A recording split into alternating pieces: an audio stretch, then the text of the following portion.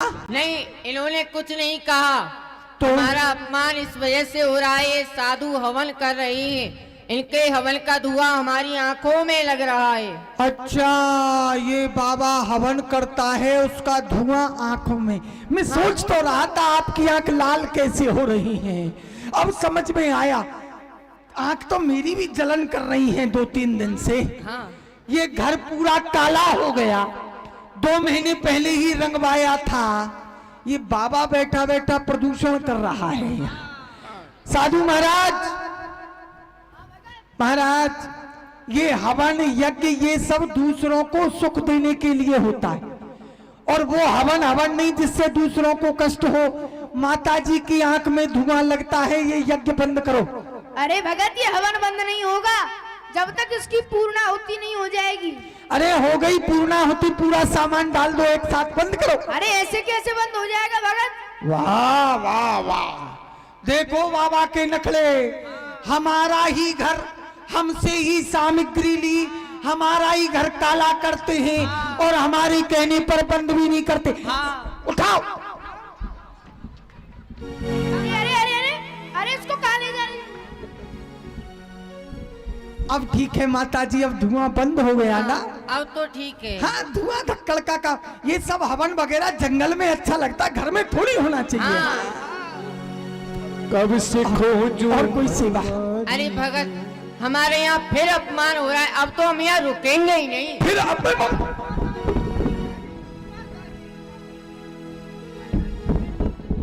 अब क्या अपमान हो गया आपका? आपने कहा मैंने हवन बंद करा दिया। अपमान ही तो हो रहा है।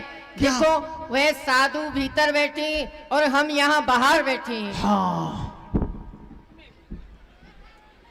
ये तो बड़ी भारी गलती हो गई। सिद्ध साध्वी माता जी बाहर और वो ढोंगी बाबा भीतर बैठा है। हे महाराज जी। हाँ भगत, सोच रहा हूँ 2-3 दिन से गर्मी ज्यादा पड़ रही है, थोड़ा बाहर आ जाते तो खुली हवा लगती। अरे नहीं, हम बाहर नहीं आ सकते। अरे हमारा आसन सिद्ध हो गया है, अभी यहाँ से हटेगा नहीं। अरे महाराज, आसन वासन तो छोड़ो, मैं कह रहा हूँ आप तो बाहर आके बैठो। अरे हमने कहा ना नहीं हटेगा।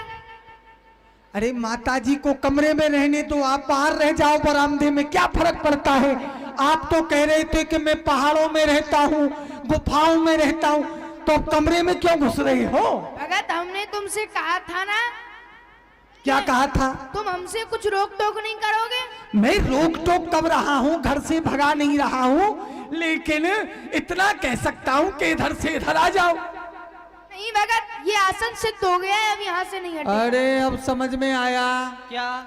ये बाबा फावा कुछ नहीं, ये घर कब्जा करने आया है। अच्छा।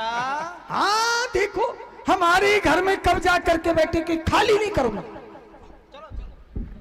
अरे भगत, नहीं उठूंगा। लक्ष्मी के प्रभाव से भक्त ने नारायण को तो घर से बाहर कर दिया और लक्ष्मी जी को भीतर बिठा लिया। नारायण को उठा के फेंक दिया बाहर और लक्ष्मी जी को अंदर विराजमान। लो बाबा, ये बिछा लेना। कभी से खोजूं बनवारी को, बनवारी को गिरधारी को, बनवारी को गिरधारी को, कोई बता दे उसका पता मेरे मन में। लक्ष्मी जी मन ही मन हंस रही हैं। कहो नारायण, कहते मेरा रंग देखो, मैंने तुमको बाहर फेंकवा दिया। अब ठीक रहा। माता जी अपनी जगह चली गई। चलो, अब तो संपत्ति की घर में कोई कमी है नहीं। अब नहीं। चलो बाजार चलते, कुछ सामान खरीद के लावे।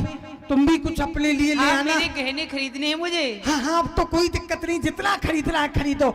माता जी, हम बाजार जा रहे हैं, आपकी सेवा के लिए सामान खरीदने। कोई और जरूरत हो बता देना। अरे भगत, हमारे लिए भी कुछ ले आना। अरे बाबा बैठे रहो, हल्ला नहीं करते हैं। चलो चलो। अब अकेले नारायण और लक्ष्मी जी रह गई। लक्ष्मी जी ने कहा, कहो नारायण, तुम कह रहे हो कि मेरे ज्यादा भक्त हैं। अरे लक्ष्मी के भक्त हैं कलयुग में। हे प्राणनाथ, अब तो आपने देख लिया ना, इस संसार में किसकी भजना ज्यादा है, आपकी या लक्ष्मी की? हाँ हाँ लक्ष्मी जी, आप तो सत्य ही कहती थी। इस संसार में आप ही की भजना ज्यादा है। अच्छा, अब तो मैं यहाँ से जा रहा हूँ, आप यहाँ निवास करिए। नहीं नहीं, जब आप ही चले जाएंगे तो मैं यहाँ निवास करके क्या करूँगी? मैं तो आपके चरणों की दासी हूँ, सदैव आपके संग ही रहूंगी, आपके संग ही चलूंगी। तो ठीक है, चलिए फिर। चलिए। नारायण का अपमान हुआ, चल दिए। जब नारायण चल दिए तो लक्ष्मी कैसे रुक सकती है? जब नारायण है तो लक्ष्मी है। ये भ्रमणा है जीव की कि लक्ष्मी है तो सब कुछ नहीं, नारायण की दासी है लक्ष्मी। नारायण भगवान रहेंगे तो लक्ष्मी कहीं जा नहीं सकती। भगवान नारायण अंतर ध्यान हो गए, संग में लक्ष्मी जी भी चली गए। माता जी, अरे माता जी कहाँ गई? वो साधु भी चले गए। ये क्या हुआ? पहले एक साधु आए, मेरा सब कुछ हरण कर लिया, और उसके बाद एक माता आई, उन्होंने मुझे इतना दिया जिसकी कल्पना में कभी स्वप्न में भी नहीं कर सकता। ये क्या लीला है? दोनों साथ आए और आज साथ चले गए। लगता है ये कोई बहुत बड़ी बात है। हे नारायण, हे परमात्मा, मैं समझ नहीं पा रहा हूं। मुझे ऐसा लगता है मुझसे कोई अपराध हुआ है। आप कृपा करके मुझे बताएं, मेरे अंतः हृदय में प्रेरणा करें, कारण क्या है? ये क्या हो रहा है? भगत ने ध्यान किया, लक्ष्मी नहीं, ये क्या हुआ? स्वयं भगवान नारायण मेरे घर साधु का भेष बनाकर आई, मुझसे मांग मांग कर भोजन करती रही। भगत भोजन दे दो, दूध चाहिए, और मैं इतना पापी, मैंने नारायण का अपमान कर दिया। वो कृपालु मुझसे भोजन मांगते थे, लेकिन मैंने भोजन नहीं दिया, पानी तक के लिए उन्हें तरसा दिया। मैंने इतना बड़ा पाप किया है, लेकिन मेरी गलती नहीं है, ये गलती है लक्ष्मी की। मैं तो अपनी भक्ति पर कायम था, लेकिन लक्ष्मी ने आकर मेरे मार्ग को भटका दिया, मुझे संपत्ति देकर मुझे भक्ति से भ्रष्ट कर दिया। हे लक्ष्मी, आप जहां भी हो मेरे सामने आओ, तुमने ठीक नहीं किया, मैं तुम्हें शाप दूंगा। माता लक्ष्मी कैसी मां हो? एक पुत्र को पिता से अलग करके तुम्हें कौन सी प्रसन्नता होती है? अरे मैं जानता हूं लक्ष्मी, नारायण की सेवा तुम अकेले करती हो। जब कोई मनुष्य पृथ्वी पर भगवान की भक्ति करता है तो तुम्हें डर लगता है कि कहीं ये भी यहाँ बैकुंठ में ना आ जाए, मेरा एकाधिकार समाप्त हो जाएगा। जब कोई साधु इस पृथ्वी पर साधना करता है तो उसके रास्ते में भी तुम जाकर खड़ी हो जाती हो, इतना धन देती हो उसे कि वो नारायण को छोड़कर लक्ष्मी के पीछे पागल हो जाता है, अपनी साधना से भ्रष्ट हो जाता है। वही कार्य मेरे साथ किया है। हे लक्ष्मी, तुमने जैसे मुझे भ्रष्ट करने के लिए स्वर्ग छोड़ पृथ्वी पर आई हो, मैं तुम्हें पहला शाप देता हूं, तुम्हें भी पृथ्वी पर जन्म लेकर आना पड़ेगा। और दूसरा शाप मेरा ये है, जैसे आज मैं भगवान के बिना तड़प रहा हूं, ऐसे ही जब तुम पृथ्वी पर आओगी तो मैं भी तुम्हारे रास्ते में खड़ा हो जाऊंगा और तुम्हें भगवान से नहीं मिलने दूंगा। तब तुम्हें पता चलेगा कि तुमने कितना बड़ा पाप किया है।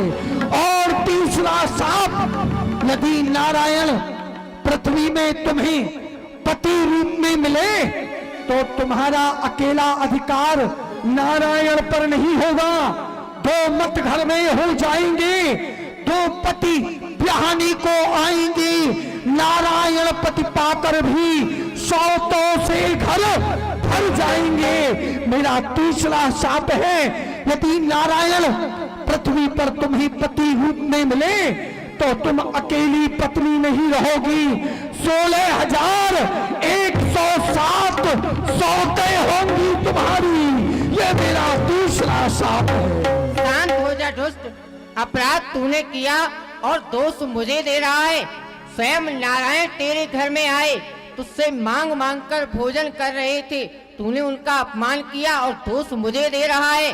जा, मैं भी तुझे श्राप देती हूँ, अगले जन्म में मैं तेरी बहन बन कर के आऊंगी, तेरे ना चाहने पर नारायण से विवाह रचाऊंगी, संसार को ये दिखाऊंगी, यदि नारायण से सच्चा प्रेम है, इस संसार की कोई ताकत नहीं जो नारायण से मिलने से रोक ले। जय हो माँ, मैंने तो क्रोध में आकर आपको शाप दिया, लेकिन आपने सत्य कर दिया। आप कहती हो कि अगले जन्म में आप मेरी बहन बनकर आओगी और मेरी ना चाहने पर भी नारायण से विवाह करोगी।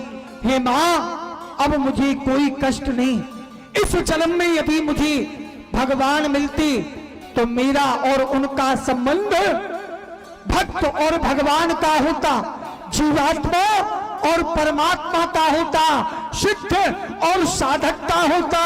लेकिन अगले जन्म में जब तुम मेरी बहन बनोगी तब मुझे भगवान मिलेंगे, तो मेरा उनका संबंध साले और बहनोई का होगा, तब मैं नारायण को स्वीकार करूंगा। बोलो भक्त वत्सल भगवान की जय। ये रुक्म का